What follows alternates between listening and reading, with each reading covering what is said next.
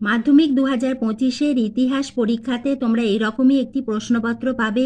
কারণ আমি তোমাদের এই যে প্রশ্নপত্রটি দেখাচ্ছি এর প্রতিটি প্রশ্ন খুবই ইম্পর্টেন্ট।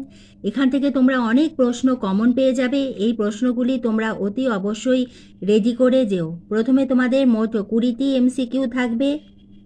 এই প্রশ্নগুলো তোমরা দেখে নাও। এর প্রতিটি প্রশ্ন খুবই ইম্পর্টেন্ট। এই প্রশ্নপত্র থেকে তোমরা কমন পেয়ে যাবে। বিভাগ ক্ষয়ের এসে কিউ প্রশ্নগুলো দেখে নাও।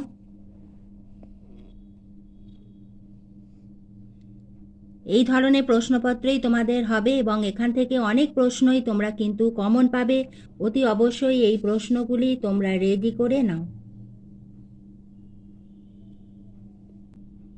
বিভাগ গয়েতে 3-এর দাগে প্রশ্নমান 2 মার্কসের প্রশ্ন। খেলার ইতিহাসের গুরুত্বপূর্ণ কেন?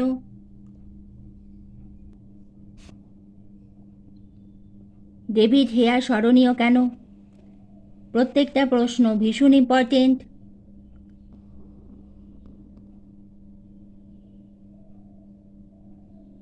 প্রশ্নমান 4 মার্কসের প্রশ্নগুলি দেখে নাও।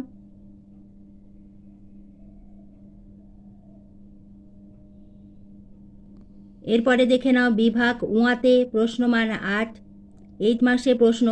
নীল বিদ্রোহ ঘটেছিল কেন? এই বিদ্রোহের বৈশিষ্ট্য বিশ্লেষণ করো।